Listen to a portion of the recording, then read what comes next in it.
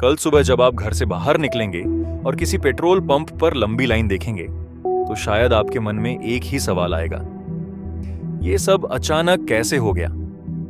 सच तो ये है कि दुनिया आज पहले से कहीं ज्यादा जुड़ी हुई है।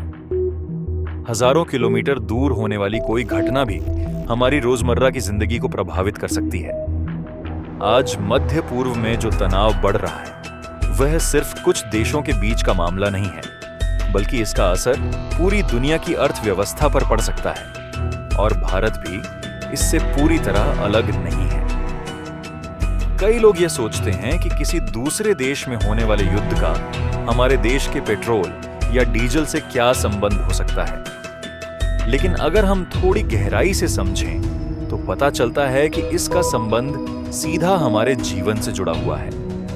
दुनिया में इस्तेमाल होने वाले कच्चे तेल का बहुत बड़ा हिस्सा मध्य पूर्व के देशों से आता है। सऊदी अरब, ईरान, इराक, कुवैत और संयुक्त अरब अमीरात जैसे देश दुनिया के लिए बड़े पैमाने पर तेल का उत्पादन करते हैं और कई देशों को सप्लाई करते हैं। अब अगर इसी क्षेत्र में तनाव या युद्ध की स्थिति पैदा हो जाए तो सबसे पहले तेल के उत्पादन और उसके परिवहन पर असर पड़ सकता है।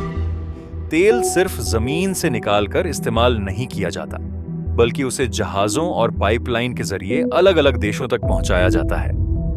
अगर युद्ध की वजह से बंदरगाह असुरक्षित हो जाए या समुद्री रास्तों पर खतरा बढ़ जाए तो तेल ले जाने वाले जहाजों की आवाजाही धीमी हो सकती है या कुछ समय के लिए रुक भी सकती है।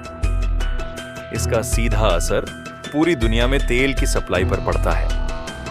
मध्य पूर्व में एक बहुत महत्वपूर्ण समुद्री रास्ता है जिसे स्ट्रेट ऑफ हॉर्मुज कहा जाता है। दुनिया के लगभग 20% तेल के टैंकर इसी रास्ते से होकर गुजरते हैं।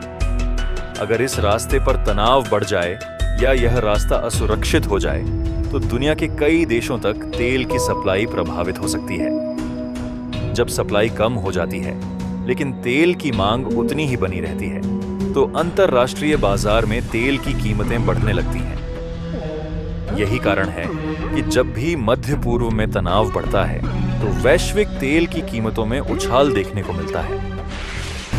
भारत जैसे देश के लिए यह स्थिति और भी महत्वपूर्ण हो जाती है, क्योंकि भारत अपनी लगभग 80 से 85% तेल की जरूरत दूसरे देशों से आयात करता है। इसका मतलब यह है कि अगर अंतरराष्ट्रीय बाजार में तेल महंगा होता है तो उसका असर धीरे धीरे भारत में भी दिखाई दे सकता है।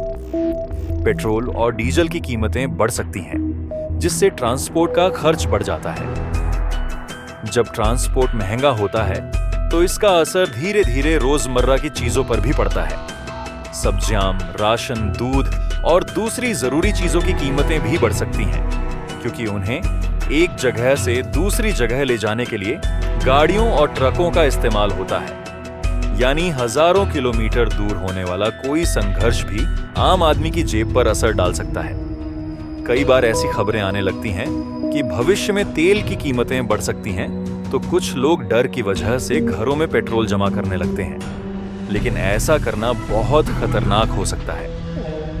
पेट्रोल एक अत्यंत ज्वलनशील पदार्थ है और अगर इसे सही तरीके से सुरक्षित न रखा जाए तो थोड़ी सी चिंगारी भी बड़े हादसे का कारण बन सकती है। इसके अलावा अगर लोग डर की वजह से अचानक बहुत ज्यादा पेट्रोल खरीदने लगें तो पेट्रोल पंपों पर लंबी लाइनें लग सकती हैं और अस्थायी रूप से सप्लाई की समस्या भी हो सकती है।